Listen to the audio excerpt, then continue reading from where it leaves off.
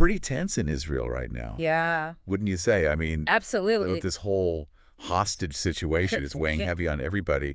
And Yeah. we've also got a potential change in Israel's ambassador to the UK coming up too. Right. So lots to unpack today. Yeah. We're diving into an interview with Sharren Haskel. Okay. She's the current deputy foreign minister. Right. And she's potentially being considered for that UK ambassador role. Interesting. It's Yeah. it's a raw interview. I mean, Okay. she gets pretty emotional. Right. She definitely does not hold back, especially when it comes to Hamas. Well, and that's what she's known for. Yeah. I mean, She's a talker. Yeah, she's very blunt, and I think it comes across in this interview for sure. Yeah. She doesn't mince words. She calls them monsters. Right. And she accuses them of some pretty horrific crimes against the hostages. Yeah. She talks about starvation. Yeah. Abuse, denial of medication. I mean, it's really disturbing stuff. Yeah. What I found interesting was Okay.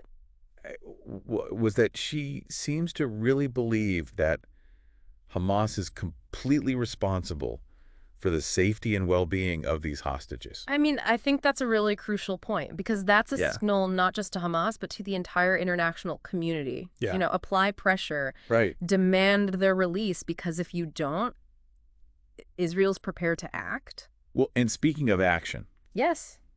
this is where I think some people might be surprised. Okay. She expressed support for Trump's controversial Gaza plan. Okay, the one? Yeah. Where he basically He said, wanted to turn it into like a... yeah, he wanted to relocate Yeah. Palestinians Yeah. and basically turn Gaza into like a Middle Eastern Riviera, Right. which obviously got a lot of criticism. Yeah. But for her to even consider it, It speaks volumes Yeah. about her willingness to consider unconventional solutions, even those that might be seen as radical by some. yeah, I think this aligns with what we're seeing from certain factions in Israel that are looking for a more assertive and outside-the-box approach. definitely outside the box thinking. Yeah. But, amidst all of this discussion about long-term solutions, Yeah. we still have this immediate crisis. The hostages. Yeah, the hostages. And she is unwavering in her demand Absolutely. that they be released unconditionally. Yeah. And she issues a very clear warning: if they're not returned, Yeah. Israel will respond with full force. I mean, and, the way she uses the phrase full force is deliberate. Yeah. Carries a lot of weight, especially when you think about Israel's military capabilities. Oh, yeah. It's a reminder that things could escalate very seriously, very quickly. Very quickly. And it's clear that this is not just some political talking point for her. Yeah, no, You can see how affected she is by it. Absolutely. Her reaction to the condition of the hostages that have been released, it's very emotional. She even draws parallels to Holocaust victims. Right. Which It's a powerful statement. It is. Yeah. It really speaks to the profound impact this is having on her on a personal level, and I think on many Israelis. Yeah.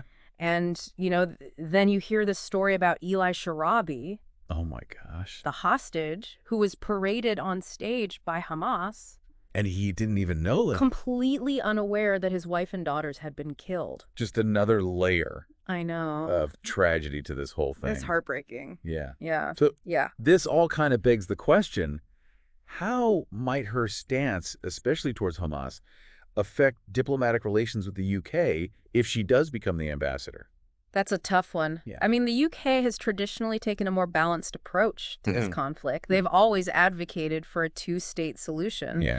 And her more hardline stance could create friction Make things more difficult. and make negotiations harder. Yeah, Well, yeah. So where does all of this leave us? I mean, we've got a potential ambassador with very strong convictions, Right. a willingness to explore, controversial That's solutions. conventional solutions. Yeah, and we have this hostage crisis. Which is just So personal, incredibly personal and emotional.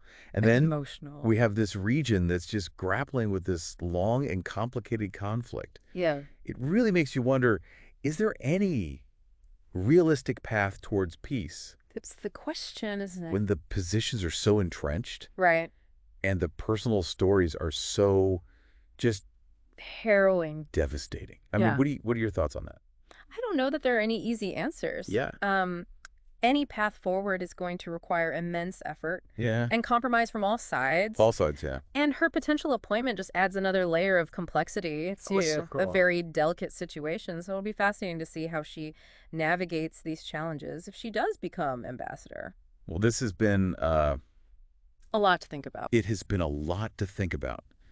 This deep dive has given us I agree. much to ponder. Yes. It really underscores the human side of this incredibly complex geopolitical situation. Absolutely. And it leaves us with a lot of questions about the future. Yeah. So thanks for joining me on this deep dive. I really appreciate your insight. Oh, it was my pleasure. It's been a fascinating conversation. Yes. And we'll see where things go from here. Yeah, it's going to be interesting to watch, that's for sure. Okay.